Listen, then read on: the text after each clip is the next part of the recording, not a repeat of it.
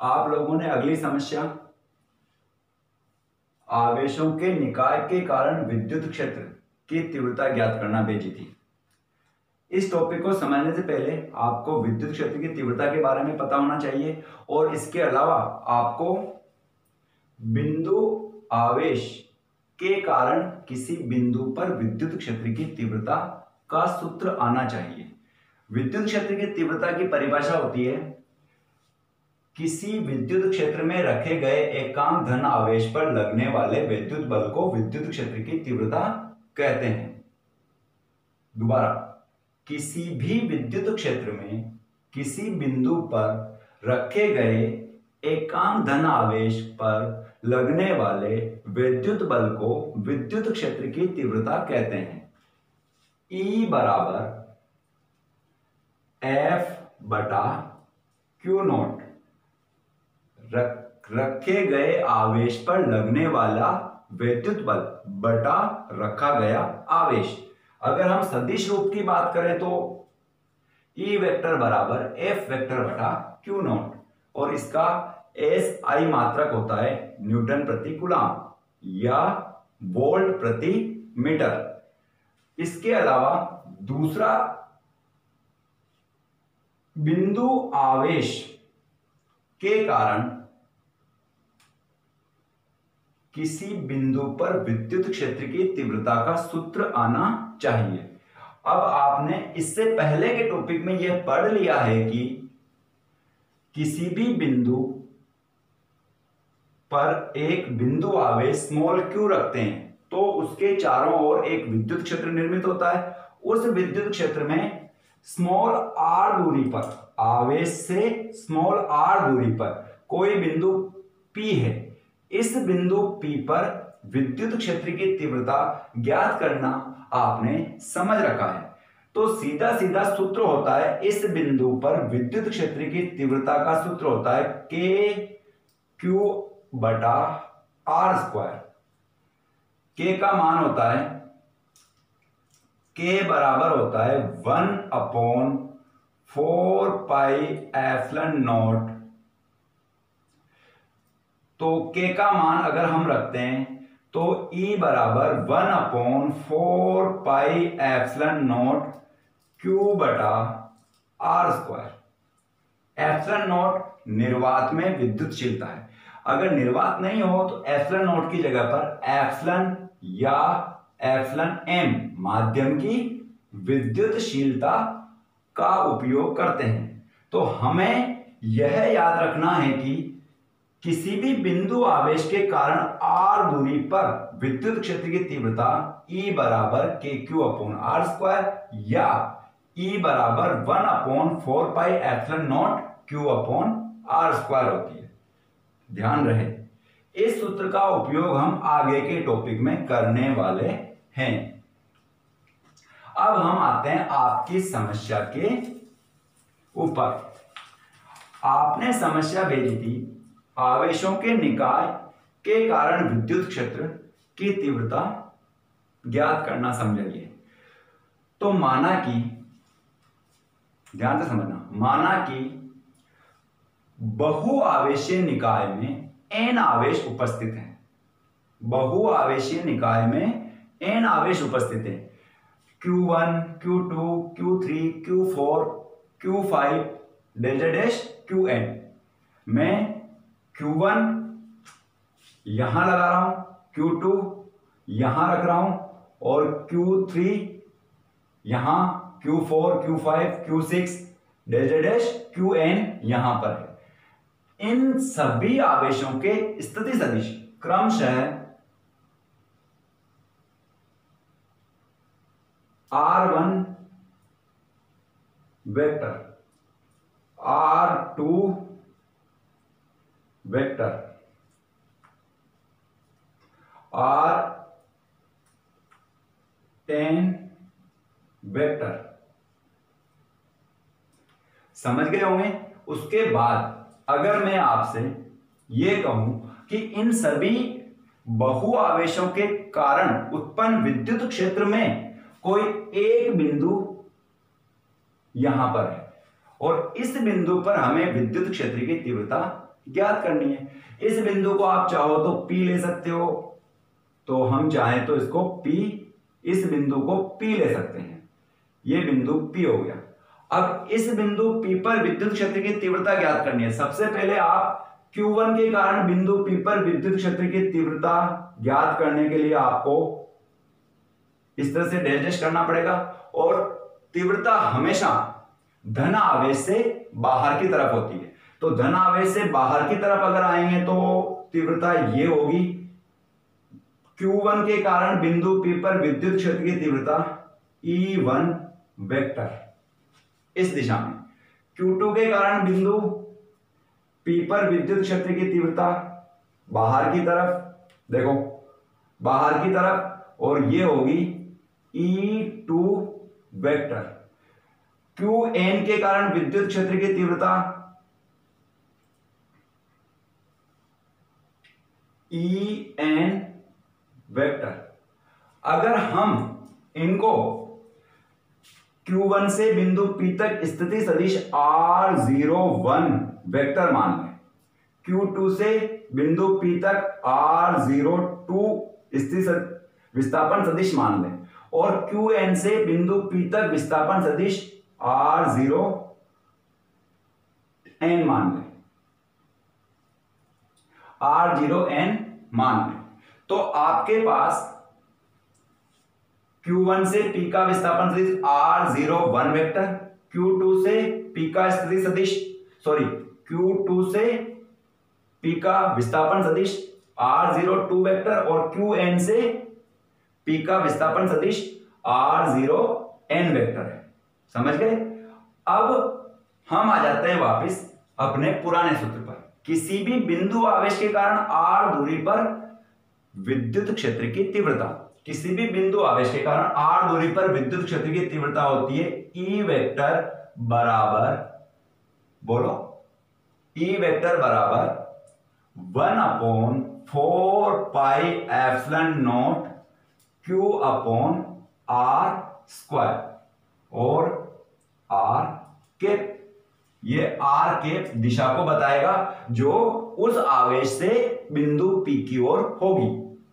समझ गए? अब हम बात करते हैं सबसे पहले Q1 आवेश। Q1 आवेश के कारण बिंदु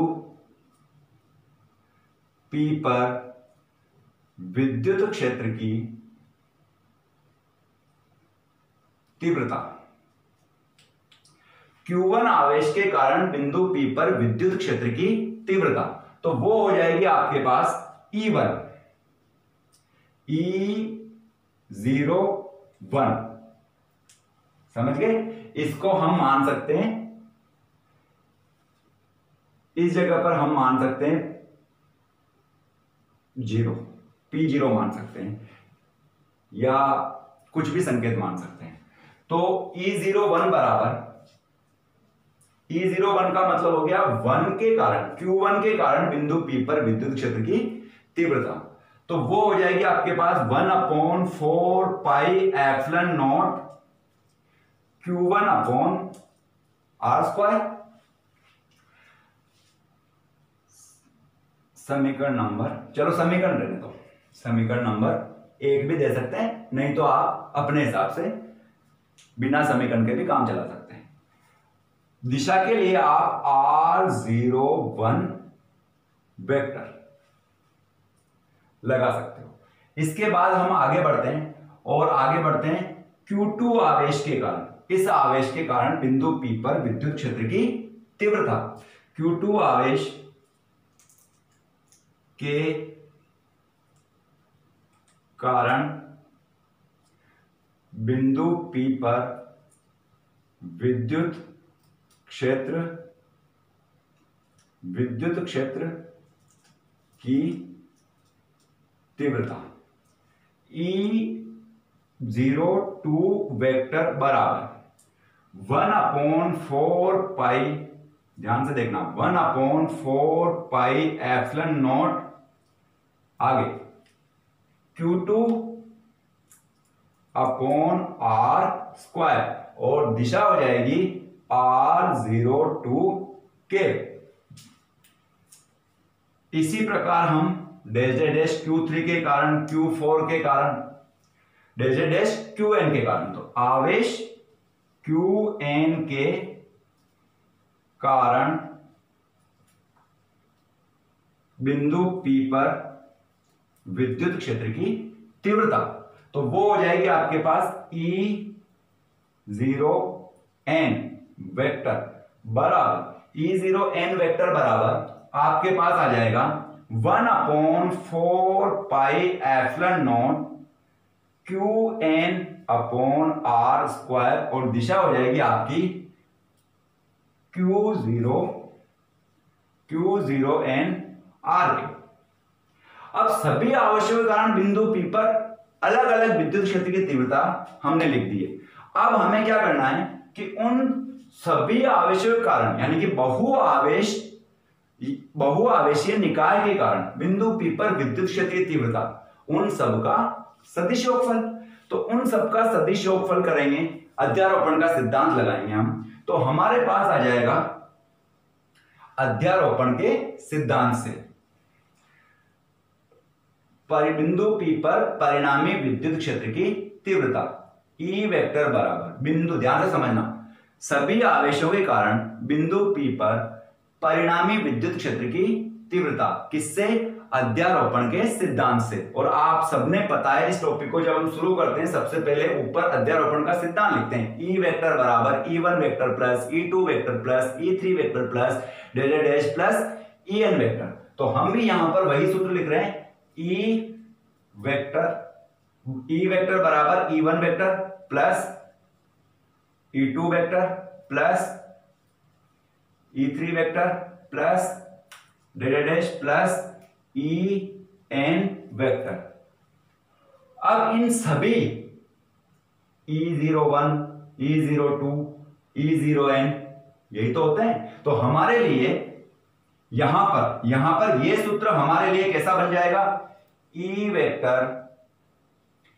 वेक्टर बराबर E01 vector plus E02 vector plus E03 vector plus dash plus E0n vector. ध्यान से समझना, अगर आपने संकेत E1 vector, E2 vector, E3 vector, En vector लिए होते तो आप सीधा इसी सूत्र में इस्तेमाल कर लेते।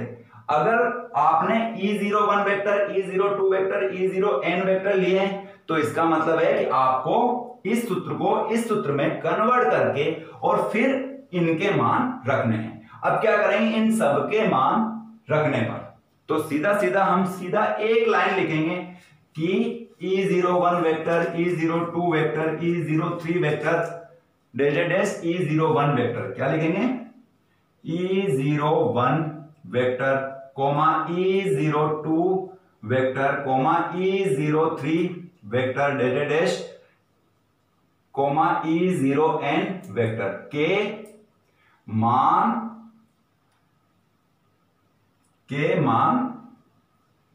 रखने पर। जैसे हम इनके मान रखते हैं तो हमारे पास आ जाएगा, इनके मान जैसे रखते हैं तो हमारे पास आ जाएगा E वेक्टर बराबर हमारे पास क्या आएगा? हमारे पास आएगा 1/4πε0 Q1/R01 का स्क्वायर R01 के प्लस 1/4πε0 Q2/R02 का स्क्वायर R02 के प्लस डैश प्लस 1/4πε0 Qn/R0n का स्क्वायर डॉट R0n के। अब देखो ध्यान से, इन सब में कुछ कॉमन आ रहा है तो वो कॉमन ले लेते हैं। E वेक्टर बराबर 1/4πε0 कॉमन आ रहे हैं, जैसे ही वो कॉमन आते हैं तो आपके पास आ जाता है Q1 अपॉन R01 का स्क्वायर R01 के प्लस Q2 अपॉन R02 का स्क्वायर R02 के प्लस Q3 अपॉन R03 का स्क्वायर R03 के प्लस चलो डैश लगाते हैं, dash dash dash plus QN upon R0N का स्क्वायर R0N के और ब्रैकेट बंद। अब इसके बाद आप सबको पता है कक्षा 11 में मैंने आपको बताया था समेशन लेना, जो मानव भारती स्कूल के सभी स्टूडेंट को समेशन लेना बहुत अच्छी तरह से आता है, क्योंकि कक्षा 11 में हमने बहुत सारे समेशन लिए थे। तो सीधा सीधा मैं समेशन ले रहा हूं, ई वेक्टर बराबर 1/4 pi epsilon not summation QI upon, देखो 0 0 0 वो कांस्टेंट रहेंगे, 0 1 2 3 तो Q0 I स्क्वायर और R0 I के, ये हम समेशन लेंगे। और आपके पास I बराबर 1 से I बराबर n तक, I बराबर 1 से I बराबर n तक, तो मेरे ख्याल से आप समझ गए होंगे ये सूत्र बनता है। अब कई जगह पर जो आपकी राजस्थान बोर्ड की किताब है उसमें इसके विस्थापन सदिश के परिमाण को R लिखने के बजाय मोड ऑफ R लिखा जाता है, मोड ऑफ R वेक्टर। तो हम यहां पर R0I लिखने के बजाय हम लिखेंगे मोड ऑफ R0I का वेक्टर। तो हमारे पास एक नया सूत्र बन जाता है ई वेक्टर बराबर, इसको मैं अंदर ले लेता हूं, तो समेशन कांस्टेंट है, कांस्टेंट को हम अंदर ले सकते हैं, तो summation 1/4 pi epsilon not QI mode of R0I vector का स्क्वायर और R0I के। ये आपका बहुआवेशीय निकाय के कारण बिंदु P पर विद्युत क्षेत्र की तीव्रता का सूत्र है। मेरे ख्याल से आप समझ गए होंगे आसानी से। अगली समस्या आगे बताई जाएगी।